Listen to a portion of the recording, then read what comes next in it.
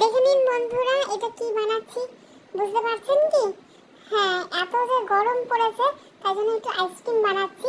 পুরো রেসিপিটা পরে থাকবে, দেখতে থাকুন পুরো ভিডিওটা, স্কিপ না করে। সাবস্ক্রাইব করবেন, লাইক করবেন, কমেন্ট করবেন এবং বন্ধুদের সাথে শেয়ার করে দেবেন। হ্যাঁ, এই আইসক্রিম বানানোর জন্য যে মূল উপাদান সেটা হচ্ছে দুধ। এই যে দেখুন, এক প্যাকেট দুধ নিয়ে নিয়েছি, পুরো এক প্যাকেট। আপনারা যত বেশি দুধ নেবেন তত বেশি আইসক্রিম হবে, সুতরাং বেশি নিতে পারেন, কম নিতে পারেন, সেটা একদম আপনাদের ইচ্ছা।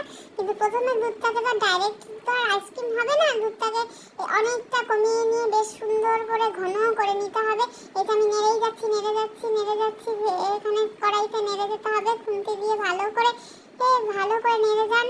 এক ফোঁটাও শরবত দিলে কিন্তু হবে না। এই যে নাড়তে থাকুন। হ্যাঁ, এবার আমি বানাবো কিন্তু ম্যাঙ্গো দিয়ে আইসক্রিম, তাই জন্য শুধু দুধ দিয়ে তো আর ম্যাঙ্গো আইসক্রিম হবে না, তাই জন্য কাটতে হবে ম্যাঙ্গো।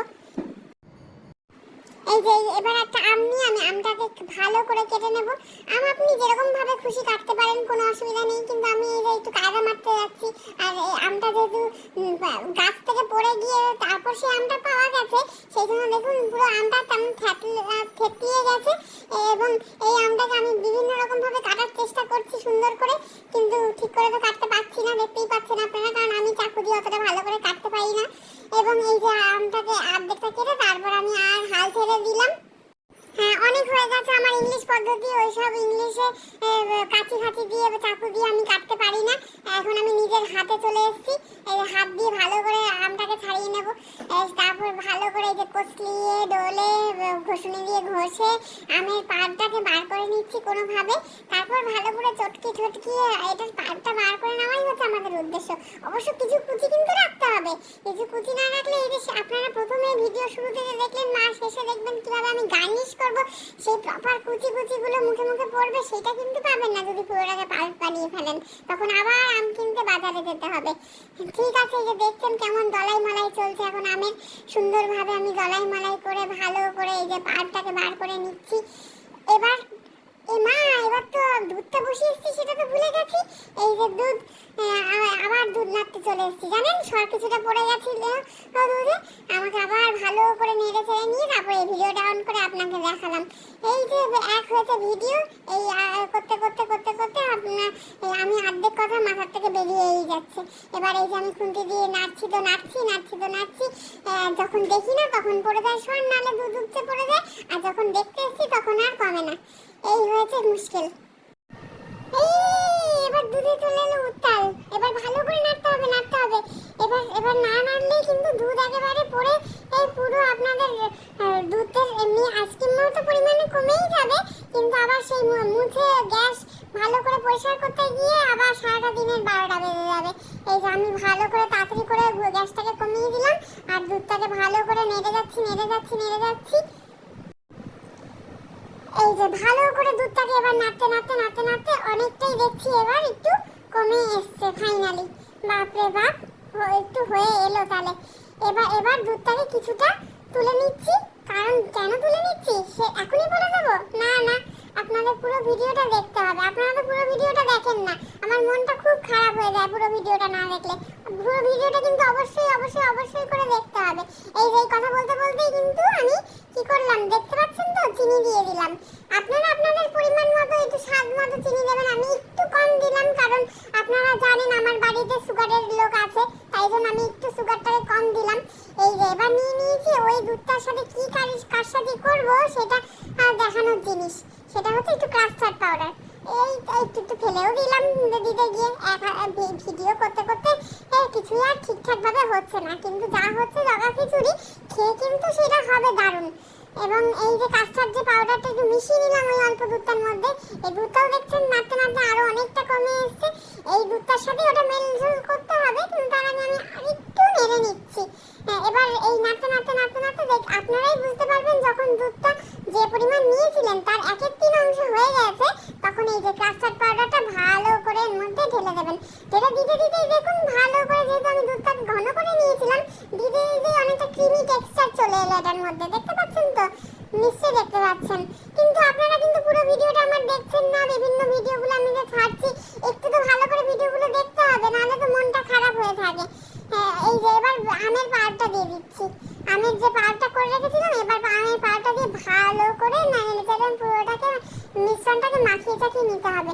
এবং গ্যাসটা কিন্তু বন্ধ এখন অন করে দিলেও চলবে, কোনো অসুবিধা নেই। গ্যাস বন্ধ করে দিয়ে আপনারা আমের পাল্প মেশাতে পারেন, না হয় আমের পাল্পটাকে মেশানোর 2-4 পর আপনারা 1-1.5 মিনিট একটু নেড়ে চেড়ে নিতেও পারেন। এবার এই মিশ্রণটাকে একটু ঘন একটু ঠান্ডা হয়ে যাওয়ার পর একটা এই পাত্রে আমি ঢেলে নিলাম।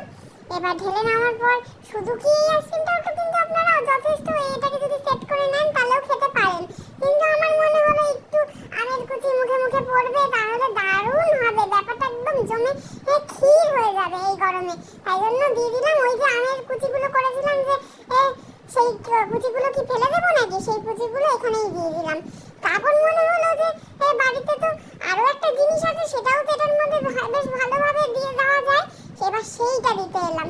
এই যে দেখুন দিয়ে দিলাম একটু আমসত্ত্বের কুচি, বাড়িতেই ছিল, এবার তাই জন্য দিয়ে দিলাম। আপনারা কিন্তু যে কোনো ফল হলে এটার মধ্যে আরো কোনো ফল থাকলেও দিয়ে দিতে পারেন, যেমন আঙুর, তরমুজ এইসবও আপনারা দিতে পারেন। আর আমসত্ত্ব থাকলে তো পুরো একদম আমাকার হয়ে যাবে।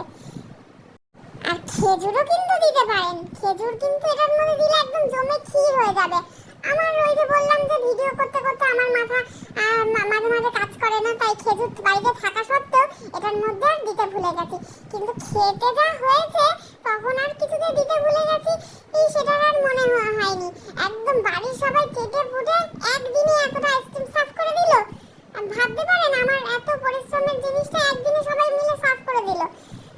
এবার আপনারাও কিন্তু বাড়িতে বানান, একটু বেশি করে বানান, না হলে কিন্তু আপনাদেরও আবার বারবার করে খাটনি করে কতটা দুধকে মেরে তারপরে এই যে পদ্ধতি তৈরি করে এত খাটনি খেটে যে এটাকে জমাতে হয়, এত যে প্রসেস, একটু বেশি করে না করলে একদিনে যদি ফুরিয়ে যায় এত তো পরিশ্রমের ফল একদিনেই চলে যাবে।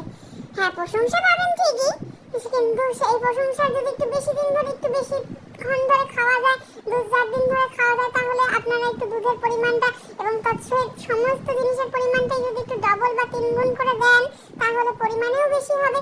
এই যে আইসক্রিম জমে গেছে, আইসক্রিম জমার পর আইসক্রিম তো এবার খেতে হবে নাকি, এবার এই যে আইসক্রিম কেটে বাড়ির লোককে বা আত্মীয় স্বজন যেই আসুক না কেন তাদেরকে বেড়ে দেওয়ার পালা।